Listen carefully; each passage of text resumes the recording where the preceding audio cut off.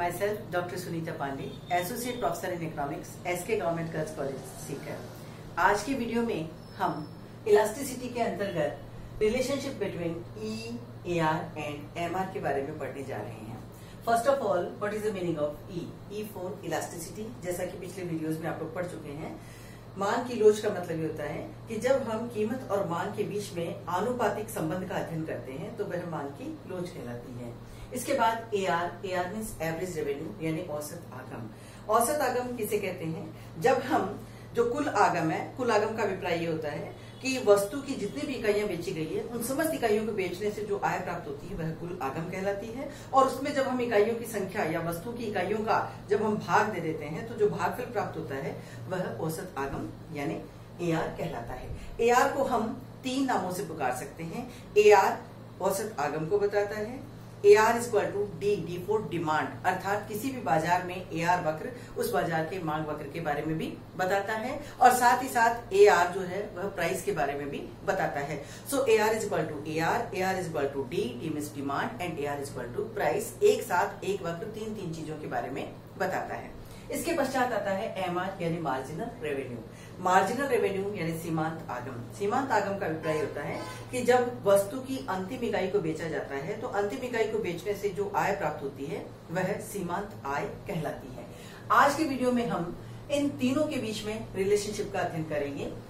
E is equal to AR upon AR minus MR, अर्थात यदि हमें इलास्टिसिटी को कैलकुलेट करना है और हमारे पास में एवरेज रेवेन्यू और मार्जिनल रेवेन्यू की वैल्यूज दी हुई हैं, तो उन दोनों वैल्यूज की सहायता से हम इलास्टिसिटी को कैलकुलेट कर सकते हैं।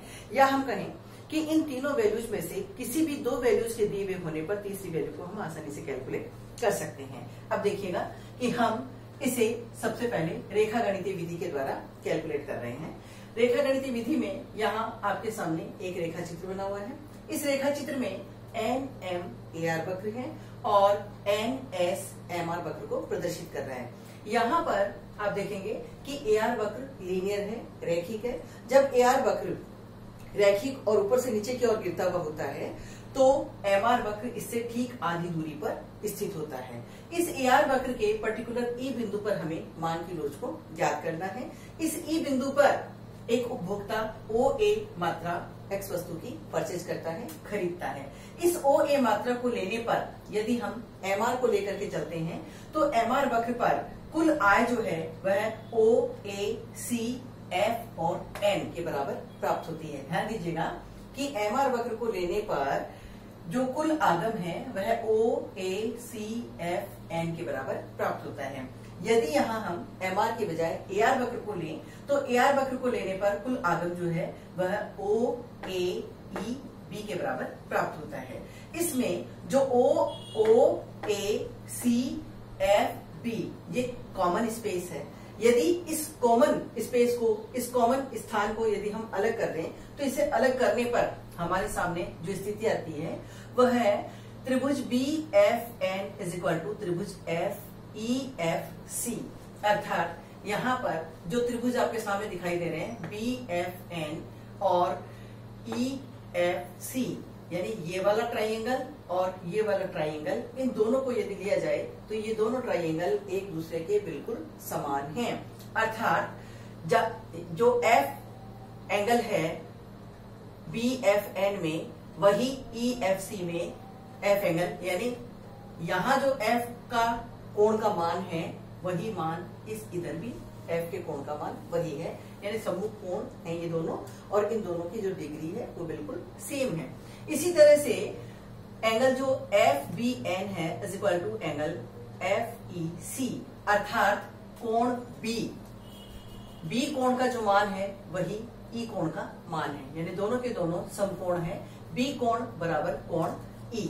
इसी तरह से BNF is equal to FCE, अर्थात BFN ये जो ट्राइंगल है इसमें N डिग्री का जो कोण है C कोण भी उतने ही डिग्री का है। अर्थात N बिंदु पर बनने वाला एंगल और C बिंदु पर बनने वाला एंगल दोनों इक्वल डिग्री के एंगल्स हैं। इसलिए BN is equal to CE एवं BF is equal to FE, यानी BN is equal to CE और B F is equal to E F, यानी ये दूरी और ये दूरी समान है, ये दूरी और ये दूरी समान है, अर्थात दोनों त्रिभुजों के लंब एक दूसरे के समान हैं। इसी प्रकार ई बिंदु पर यदि हमें लोच निकालनी है तो ई बिंदु पर लोच जो है वह है O B upon B N, अर्थात lower sector upon upper sector होगी। पिछले वीडियो में मैंने आपको बताया था कि जब हम रेखिक मांग वक्र पर पॉइंट इलास्टिसिटी कैलकुलेट करते हैं तो lower sector upon upper sector के द्वारा हम मांग की लोच को ज्ञात कर सकते हैं। ई बिंदु पर जो इलास्टिसिटी है उसे हम E is equal to O B upon B N या फिर ए ई अपॉन सी ई के द्वारा भी बता सकते हैं। ए ई upon C E means A E upon A E minus ए सी। ए ई जो है ये ए आर को बताता है और सी ई जो है ए आर और एम आर को बताता है। सी ए जो है इसका डिफरेंस है, इसलिए A E is equal to A R upon A E यानी ए आर माइनस ए सी यानी एम आर, अर्थात ए आर में से एम आर को घटाया जाता है। Then E is equal to A R upon A R minus M R. Finally हमें E is equal to A upon A minus M first equation प्राप्त होती है। इसे हम इस प्रकार भी लिख सकते हैं कि जब हम इसे आपस में क्रॉस मल्टीप्लाई करेंगे तो क्रॉस मल्टीप्लाई करने पर हमारे सामने जो इक्वेशन आएगी वो इक्वेशन होगी E A minus E M is equal to A. अब यहाँ पर इन दोनों का स्थान परिवर्तित करने पर E M minus E A is equal to A हो जाता है।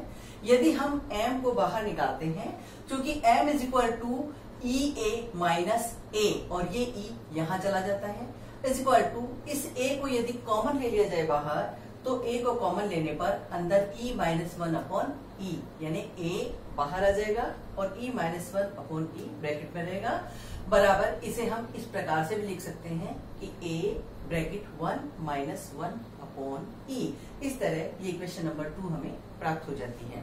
पुनः जब हम इस इक्वेशन को E A minus E M is equal to A यानी इस रूप में अगर लें तो E A minus A is equal to E M, अर्थात ई एम को हम इधर ले जाएं और ए को अगर हम इधर ले आए तो हमें पुनः समीकरण प्राप्त होगा। यहाँ पर ई ए माइनस ए में ए कॉमन आ जाता है, अंदर बचता है E minus one is equal to E M. अब यहाँ यदि हम a को बाहर निकालते हैं तो a is equal to E M upon E minus one, या m को यदि बाहर निकालें तो e upon E minus one, ये थर्ड इक्वेशन हमें प्राप्त होती है। अर्थात यदि एवरेज रेवेन्यू को बाहर निकाला जाता है तो जो इक्वेशन आएगी वो आएगी ई M upon E minus one, और अगर m को बाहर निकाल दिया जाए तो e upon E minus one equation हमें प्राप्त हो जाती है। तो इस तरह से आपने देखा कि a, m या e इन तीनों में से किन्हीं भी दो वेरिएबल्स के दिए हुए होने पर उनकी सहायता से हम आसानी से थर्ड वेरिएबल को कैलकुलेट कर सकते हैं। इसे हम डिफरेंशिएशन मेथड द्वारा भी कैलकुलेट कर सकते हैं। डिफरेंशिएशन यानी अवकलन की विधि। अवकलन की विधि तब काम में ली जाती है जब होने वाले चेंजेस बहुत माइनर हो, बहुत सूक्ष्म, यानी कीमत और मान के मध्य जो परिवर्तन हो रहा है उसकी मात्रा यदि बहुत सूक्ष्म है तो हम अवकलन विधि के द्वारा भी इसे ज्ञात कर सकते हैं। अभी यहाँ ध्यान दीजिए, यहाँ में लिखा है T R. T R means total revenue which is T R is equal to P into X, अर्थात एक्स वस्तु की क्वांटिटी को उसके प्राइस से मल्टीप्लाई करने पर हमें टी आर प्राप्त हो जाता है। इस टी आर की सहायता से हम एम आर को कैलकुलेट करते हैं और M R is equal to D T R by D X. MR is nothing but the first derivative of any total is called marginal. That means कि जो टोटल रेवेन्यू फंक्शन हमारे सामने दिया हुआ है उसे हम डिफरेंशिएट करते हैं और जो फर्स्ट डिफरेंशिएशन की वैल्यू आती है उस टोटल फंक्शन की वही कहलाती है मार्जिनल वैल्यू यानी MR मार्जिनल रेवेन्यू, जिसे इस प्रकार से बोला जाएगा DTR by DX is equal to P into one plus X into DP by DX। इसे अगर हम पुनः लिखें तो P bracket 1 plus X upon P into D P by D X is equal to ये जो पार्ट है x upon P into D P by D X, this is nothing but inverse of elasticity. तो हम इसे इस रूप में भी लिख सकते हैं कि p को बाहर निकाल करके 1 माइनस वन अपॉन ई। ये वाला जो हिस्सा है इस समीकरण का ये इलास्टिसिटी की इक्वेशन का उल्टा है, इनवर्स है, तो इसे इस रूप में भी लिखा जा सकता है। चूंकि E is equal to dx by D into P upon X होता है, इसलिए mr is equal to a 1 minus 1 upon E, या हम इसे यूं भी लिख सकते हैं कि E is equal to a upon a minus m। तो इस तरह से आपने देखा कि रेखा गणितीय विधि के द्वारा भी हम इस चीज को प्रूव कर चुके हैं कि E इज इक्वल टू हमेशा a upon a minus m के बराबर होता है। और अभी आपने रिसेंटली देखा कि हमने डिफरेंशिएशन मेथड के द्वारा भी इसे प्रूव करके देखा है कि इलास्टिसिटी का जो मान मेजरमेंट निकाला जाता है वो होता है is equal to a upon a minus m।